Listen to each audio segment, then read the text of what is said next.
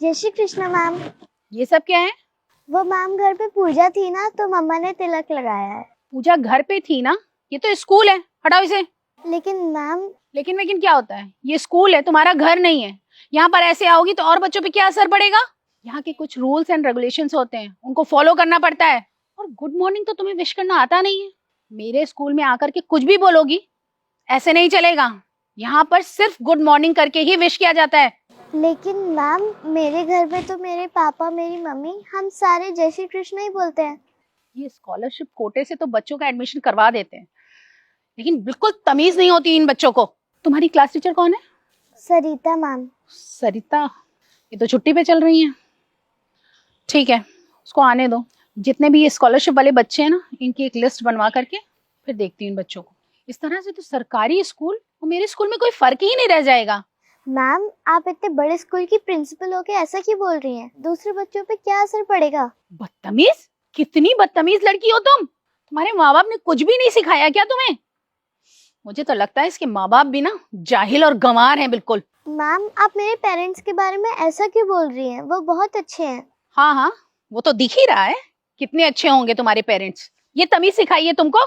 जैसे एक मछली पूरे तालाब को गंदा करती है ना, वैसे तुम हमारे स्कूल के बच्चों को बर्बाद कर दोगी। मैम बेल बज गई, मेरी क्लास का टाइम हो रहा है। तुमसे किसने कहा है क्लास में जाने के लिए? अगर क्लास में जाना है ना तो पहले इसे हटाना पड़ेगा। मैम मैं ये नहीं हटाऊंगी। बदतमीज! चलो ऑफिस में, मुझे अब तुम्हारे पेरेंट्स से ही बात करनी पड़ेगी। फिर मुझे जरा बताना कि मेरी बातों का और बच्चों पे क्या असर पड़ता है, और देखती हूँ तुम ये कैसे नहीं हटाती हो। चलो तुम ऑफिस में चलो। हाँ जी मैम, मैं जान सकती हूँ आपने मेरी बच्ची को क्लास में क्यों नहीं बैठने दिया? एक मिनट, मैंने आपको बैठने के लिए कहा नहीं ना? जब पेरेंट्स ऐसे होंगे तो फिर बच्चे कैसे होंगे? क्या सिखाया है आपने अपने बच्चे को? क्यों, ऐसा क्या किया मेरे बेटे ने? आप उसी से पूछ लीजिए ना, खुद ही बताएगी क्या किया है इसने। बताओ बेटा, क्या किया तुमने? वो मम्मा, मैम ने तिलक हटाने के लिए कहा था और जब मैंने मैम को जय श्री कृष्ण बोला तो उन्होंने मना कर दिया कि स्कूल में ये सारी चीजें नहीं बोली जाती। मम्मा ये गलत होता है क्या? नहीं बेटा, किसने बोला कि ये गलत होता है? ये तो बहुत अच्छी बात होती है, कुछ भी गलत नहीं होता। हाँ हाँ, कुछ गलत नहीं होता है, लेकिन ये सब काम घर पे किए जाते हैं, स्कूल में नहीं किया जाता है। ऐसा नहीं जो आपकी मर्जी होगी वो आप स्कूल में करने लगेंगे। ये मेरा स्कूल है, यहाँ पर सिर्फ और सिर्फ मेरी मर्जी ही चलेगी।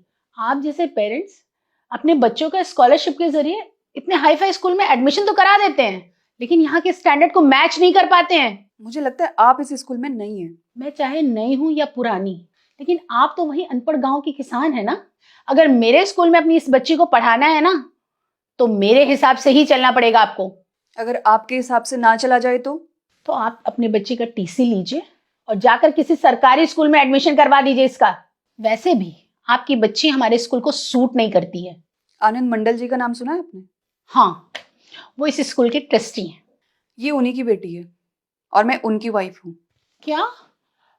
आई एम सॉरी मैम, वो आप इस स्कूल की प्रिंसिपल हैं। आपको बच्चों को सही ज्ञान देना चाहिए, सही संस्कार देने चाहिए, लेकिन आपने क्या किया? आपको पता है स्कूल को मंदिर क्यों कहा जाता है? क्योंकि बच्चा स्कूल से अच्छी चीजें सीखता है। लेकिन जिस स्कूल में आप जैसे टीचर्स हो वहां बच्चा क्या सीख सकता है? कुछ भी नहीं। और अनपढ़ कह रही थी ना मुझे?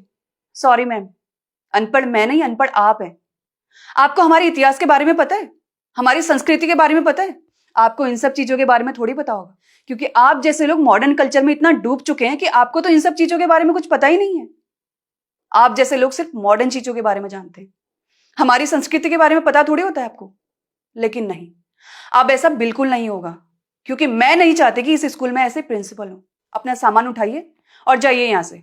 मैम आप मेरी बात तो सुनिए, थोड़ी सी मिसअंडरस्टैंडिंग हो गई थी, आगे से ऐसा कुछ नहीं होगा मैम। ये झूठा दिखावा करने की जरूरत नहीं है मेरे सामने, क्योंकि मुझे पता है आप कौन है और क्या करती हैं। और आपने मेरे साथ जो इतने टाइम से बिहेव किया ना, मुझे सब पता चल गया। और मैं आपको माफ कर भी सकती थी, लेकिन आपने जो हमारी संस्कृति की बेइज्जती करी है, उसके लिए मैं आपको कभी माफ नहीं कर सकती। और ना ही हमें ऐसे प्रिंसिपल की जरूरत है।